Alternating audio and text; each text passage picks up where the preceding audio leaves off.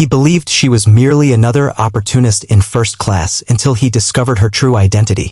The first-class cabin exuded an aroma of leather and wealth, with gentle conversations weaving through the air, punctuated by the occasional chime of a champagne glass.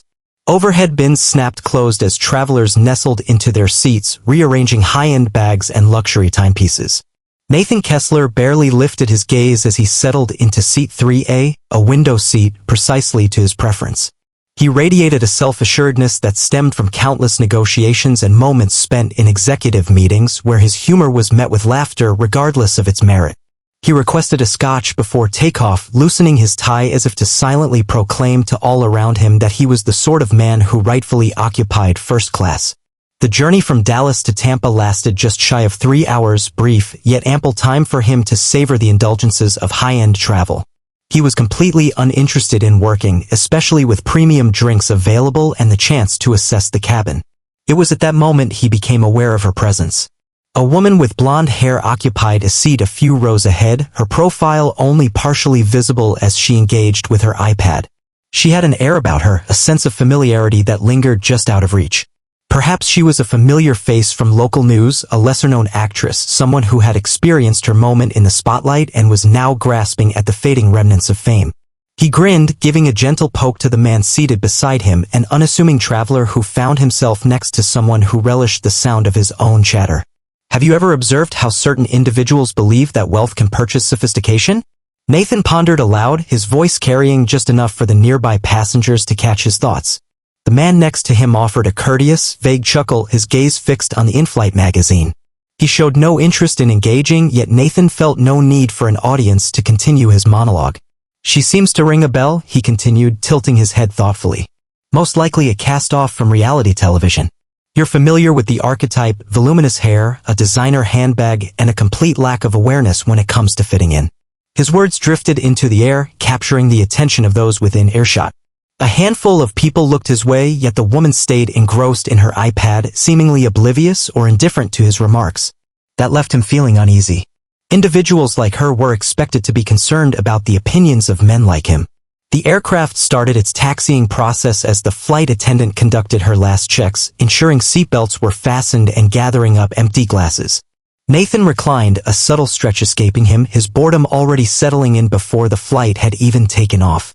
He observed the blonde woman as she gracefully passed her drink to the attendant, a warm smile gracing her lips.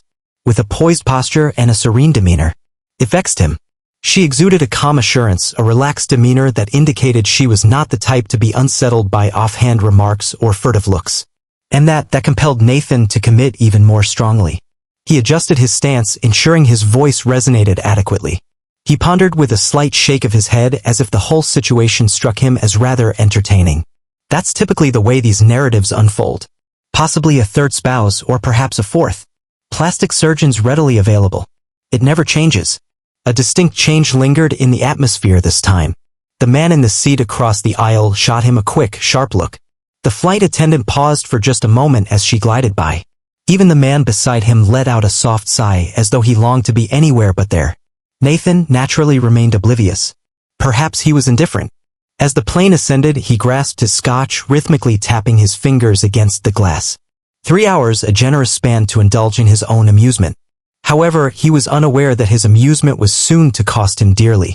The aircraft had just attained cruising altitude when Nathan picked up his commentary once more. He was not the sort of man to easily overlook matters, particularly when he sensed he was being overlooked. The woman, whoever she might be, hardly lifted her gaze, offering no sign that she had acknowledged him or felt any concern. That didn't feel quite right to him. He leaned in closer. As soon as the seatbelt sign flickered off, he summoned the flight attendant with an over-the-top wave, resembling someone at a lively bar rather than a passenger in first class. Another scotch, he remarked, extending his empty glass. Then, to play the part, he gestured toward the blonde woman and whatever she was enjoying as well. Upon me. It served as an experiment, a means to elicit a response. Perhaps she would chuckle, roll her eyes, and engage in a light-hearted exchange with him. She thrived on the spotlight. That was the conclusion he reached. Yet the flight attendant remained utterly unfazed. "She's perfectly fine, sir," she replied with a calm demeanor, taking his glass and stepping away before he could inquire further. Nathan let out a soft laugh, shaking his head in amusement. She was one of those women, the type who carried herself with an air of superiority, behaving as if she were above the trivialities of small talk. He glanced back at his unwilling seatmate, who had cracked open a book in a transparent effort to dodge any dialogue. "Have you ever noticed," Nathan said, tapping the armrest between them, "how some people stroll through life as if they're the star of the show while the rest of us are merely background players in their personal film?" The man cast a fleeting look his way before immersing himself back into his reading. Nathan flashed a grin, clearly not having given it much thought. He was determined not to let this slip away. He continued, his voice perfectly modulated, not too loud to seem impolite, yet just audible enough for those nearby to catch every word. "I'll tell you exactly who she is. She's the type of woman who relies on her family name, on connections, perhaps an ex-wife of a senator, or one of those attorneys who craves the spotlight yet struggles to secure a victory in court." He allowed the words to hang in the air, anticipating a change, a response, anything that would signal he was making an impact on her. Silence. The blonde woman maintained her poise, scrolling through her tablet as if he were inconsequential, as if he didn't exist at all. Nathan let out a frustrated breath through his nostrils, fiddling with his watch in annoyance. "This has lost its enjoyment." He barely offered a glance, he muttered. "It seems she holds a significance that surpasses the rest of us." A short distance away, a woman clad in a navy pantsuit shared a meaningful glance with the person beside her. Across the aisle, an older gentleman lifted his gaze from the newspaper, a hint of curiosity evident in his raised brow. Now he was drawing attention, yet Nathan, in his hubris, believed they were allies, that they shared his disdain for her, and that conviction only fueled his resolve. He leaned in, propping his elbow on the armrest, lowering his voice just a touch as if imparting some profound wisdom. "Remember what I said," he remarked with a sly grin. "She'll likely share her thoughts later on the fatigue that comes with traveling, perhaps expressing her frustrations about manspreading or some trivial matter. Women like her enjoy portraying themselves as victims, but I assure you, pardon me, sir." The tone was steady, resolute. Nathan glanced over, anticipating the return of the flight attendant. Instead, he found himself gazing at the blonde woman herself. For the first time, she had completely faced him, her expression a mystery. There was an absence of anger, no trace of irritation, only a gaze calm and deliberate that rendered Nathan acutely conscious of how his own voice had been resonating. After an extended period, he sensed the emergence of an unsettling feeling, something unfamiliar, yet he dismissed it. He locked eyes with her, anticipating her response, whether it be a reprimand, a debate, or any reaction that would rationalize his actions. Yet she chose not to. She observed him for a brief moment, then offered the subtlest, most enigmatic smile before returning her attention to her tablet as if he were unworthy of her time. For the first time, Nathan experienced an unfamiliar sensation. Nathan shifted in his seat, fiddling with his cufflink as if that could ease the unease settling in his chest. The look she had given him was anything but dismissive. It wasn't annoyed. It was something far more dreadful. It was as if she had encountered countless men like him before and had already concluded he wasn't worth her time. That ought to have made it simpler to dismiss, to scoff, and return to his drink. However, it did not. Instead, it consumed him from within. The flight attendant approached, placing his drink down with a courteous nod before gracefully continuing on her way. He observed that she provided no lingering attention, no small talk, no warmth. Did she hear him as well? He savored a deliberate sip, allowing the ice to jingle softly against the glass, before casting another glance at the woman. "Pam," he told himself. He remained uncertain about her identity, yet her name lingered teasingly in the recesses of his thoughts. She continued to read, remaining undisturbed. Yet, with her acknowledgement, an unseen boundary had been established between them. A quiet challenge. Nathan struggled when it came to dares. He leaned in closer, his voice dropping to a casual tone, yet still projecting enough for those nearby to overhear fragments of their conversation. "Pam, right? Your appearance doesn't quite match a Pam." She remained silent. A flicker of something unsettling churned within him, yet he pressed on undeterred. "No offense intended," he added. "I'm not quite sure, to be honest. You seem more like a Kelly or a Lauren." He let out a soft laugh, shaking his head in amusement. "Pam has a very maternal vibe." Yet again, nothing. Nathan moved once more. She was actively dismissing him now. She allowed him to make a fool of himself. Across the aisle, the older gentleman had returned to his paper, yet Nathan had noticed the fleeting glance he had cast his way earlier, assessing. 2 rows ahead, a younger man in a business suit feigned typing on his laptop, but Nathan was well aware of the ruse. He was attuned to the sounds around him. Even the flight attendant who had just walked by with a tray was subtly observing him from the corner of her eye. The sudden awareness caused a knot to form in Nathan's stomach. They were laughing at him. He let out a sharp breath through his nose, leaning back in his seat. Very well, let them pass their judgments. Individuals seem to be increasingly tense these days, responding as if a bit of playful banter was a serious affront. He really hadn't said anything too terrible. He finished the last of his scotch, placing the glass down with a bit more force than intended, and then, as if the cosmos had been poised for this very instant, the flight attendant addressed him. Ms. Bondi, may I offer you another drink? Nathan initially struggled to catch the words. Only when the blonde woman, Pam, glanced up and graciously said no did his mind finally catch up. Bondi. Pam Bondi. His whole body tightened, fingers gripping the armrest just a bit. At last, everything clicked into place. A former Attorney General of Florida, recognized on a national scale, well-connected in political circles, and a formidable legal advocate who has confronted some of the most influential figures in the nation. A woman who, oh God, was not merely recognizable due to her appearances on television. She had appeared on television embodying the type of woman capable of dismantling a life with just one phone call. Nathan felt a parched sensation in his throat. He cast another look in her direction, yet she remained oblivious to his gaze. There was no necessity for her to do so. She was already aware. And now he did as well. For the first time throughout the entire journey, Nathan found himself at a loss for words.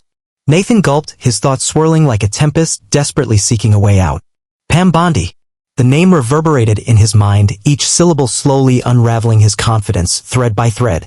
His fingers gripped the armrest with increasing intensity. Why had he failed to see her for who she truly was all along? Certainly, he had encountered her previously on news segments, during press events, in courtroom recordings that had been featured on all the prominent networks. She had faced off against corporations, clashed with politicians, and emerged victorious. Now he found himself just a few feet away from her, coming to the unsettling realization that all the self-satisfied, half-whispered comments he had made had fallen into the most unfortunate ears. His complexion turned pale. He surveyed the cabin, a sudden awareness washing over him of the number of people who could hear him. The elderly man seated across the aisle, the corporate traveler diligently working on his laptop, the flight attendant who had been privy to it all. Had he really just ridiculed a former attorney general in front of an entire first-class cabin? Nathan cleared his throat, adjusting his position in his seat with a hint of unease. This needed to be addressed. He angled his head just enough to catch her gaze, forcing a smile that seemed rigid around the corners. I thought you seemed familiar, he said, managing a light chuckle. I had no idea I was among such esteemed company from Florida. Pam remained unresponsive. She remained still. She remained silent. She remained engrossed in her tablet, treating him as if he were merely a faint echo in the distance. Nathan felt a knot in his stomach. Every word reached her ears. She meticulously noted every remark. And she concluded he wasn't deserving of her energy. That was more painful than if she had confronted him directly. Significantly more unfavorable. She pivoted and shot in response. He could have at least made a case. It could have been handled differently. I turned it into a joke. However, this was intentional. She had made a decision. To allow him to sink into his own humiliation. Nathan fidgeted once more, feigning an adjustment of his seatbelt while he anxiously searched for the right words to ease the tension in the air. I actually kept up with some of your cases back in the day, he attempted, maintaining a casual tone. Your journey has been remarkable. Silence. Not a single look. No recognition. Nathan felt a tingling sensation on his skin. He let out a breath, massaging his jaw, acutely conscious of the lengthy journey that lay ahead. It was one thing to feel a fleeting sense of embarrassment. It was yet another instance of being confined at 35,000 feet with no way out, enveloped in the tension he had woven. Just when he believed the situation couldn't possibly deteriorate further, the flight attendant made her reappearance. Would you care for another drink, sir? She inquired. Nathan parted his lips but then paused, uncertainty flickering in his eyes. He couldn't quite pinpoint the reason, but all of a sudden the thought of another scotch felt off. Only water, he murmured. The flight attendant acknowledged him with a nod, collecting his empty glass. It was at that moment he became aware of it. A subtle glimmer of amusement danced in Pam Bondi's eyes. She remained still, her gaze fixed ahead. Had not exchanged words. Yet in that fleeting moment, he understood. She had been observing. She had been anticipating. In that moment, she reveled in each fleeting instance of his unease. After a lengthy period, Nathan Kessler finally grasped the sensation of being insignificant. Nathan sat stiffly in his chair, the burden of his own words bearing down on him like a heavy stone. How could he have allowed this to unfold? He typically excelled at understanding others, steering discussions, and ensuring he never appeared foolish. Yet here he found himself ensnared by his own hubris, gazing at the back of a woman's head who had undone him without uttering a single word. His thoughts raced as he sought a way out. Is an apology warranted? Could you share a joke? Act as if it never occurred? He cast a quick look at the other passengers, discreetly assessing the situation. The entrepreneur seated nearby had shifted his gaze away from him. Yet, the subtle smirk on his lips revealed to Nathan that he had been observing the entire time. The flight attendant maintained a composed demeanor, giving him a neutral look as she placed his water on the table. Nathan took a moment to clear his throat. "Thank you," she acknowledged and continued forward. And that felt even more unbearable. Because she felt no sympathy for him. She was indifferent. He lacked the significance to warrant any concern. He turned his attention back to Pam, who remained engrossed in her reading, unperturbed, carrying herself with the poise of someone who had already left the past behind. Perhaps that was the source of the deepest pain. She felt no anger. She had no expectation of receiving an apology. She had resolved that he didn't deserve another moment of her consideration. Nathan loathed that sensation, and he knew it was entirely his doing. His fingers drummed on the tray table, filled with unease, a sense of impatience brewing within him. He reflected on the narratives he had encountered regarding her courtroom struggles, her prominent cases, and the individuals who had attempted to instill fear in her, only to be thwarted. And he, in his naivety, had believed she would value his perspective. Nathan let out a slow breath. Perhaps it was the elevation. Perhaps it was the realization that he was without a destination. For the first time in ages, he began to reflect on the kind of person he had turned into. He had invested years striding into spaces as if they were his domain, articulating his thoughts with an air of authority that suggested they held more significance than those of others, convinced that his perspective was the sole truth that counted. Yet, in this instant, he found himself stripped of his power. He lacked the authority. He found that sensation quite unpleasant. The aircraft whispered gently in its surroundings. The cabin embraced a serene atmosphere, filled with soft exchanges and the gentle sound of glasses meeting. Nathan lifted his water glass and took a sip, his gaze fixed vacantly on the seat ahead of him. Perhaps this was the type of lesson that individuals like him only grasped when faced with no alternatives. Perhaps this was precisely what he had coming to him. Nathan gazed out the window, observing the sky unfold infinitely beyond the wing. The sheer enormity of it struck him, leaving him feeling diminutive, almost inconsequential. It was an unfamiliar sensation, one he couldn't quite determine his feelings about. For years, he had conducted himself as if he were the focal point of existence. His jokes elicited laughter even when they missed the mark. They agreed with him as he spoke, even when his words held no real significance. He was accustomed to drawing focus. Yet today he found himself recalling something he had long since overlooked. Respect transcended monetary value. It was never about dominance. It wasn't about having the most dominant presence in the space. It revolved around character. Pam Bondi had taken no action to assert her authority over him, as there was no need to do so. She had allowed his own arrogance to take care of things for her. Nathan savored another sip of water, the refreshing chill enveloping his throat. It wasn't scotch, but perhaps that turned out to be a fortunate choice. For once, he needed to sit with his thoughts, allowing them to surface without the haze of alcohol clouding his mind. He looked at her once more, partly hoping she would finally pivot to cast him a look of contentment. Yet she chose not to. She had reached her limit with him. The instant she understood the true nature of his character, she was finished with him. That understanding coiled tightly within him. It was a rare occasion for someone like him to confront his own reflection, to endure the unease of realizing he had played the fool among them. Nathan let out a weary sigh, his fingers pressing against his temple. Perhaps it was the moment for him to embrace the art of listening rather than dominating the conversation. Perhaps it was time for him to reflect before jumping to conclusions about his own knowledge. The flight attendant glided past once more, and for the first time Nathan refrained from signaling her for another drink. Instead, he remained still, observing the vast expanse of the sky. As the aircraft started its descent into Tampa, a realization dawned upon him. This was not concerning Pam Bondi. This was a reflection on the type of person he aspired to become moving forward. How frequently do we form opinions about others before truly understanding their identities? How often have we allowed pride to obscure our vision of reality? Perhaps the true insight lies beyond the realms of power or status. Perhaps it's essential to understand the importance of respecting others before we find ourselves regretting our actions.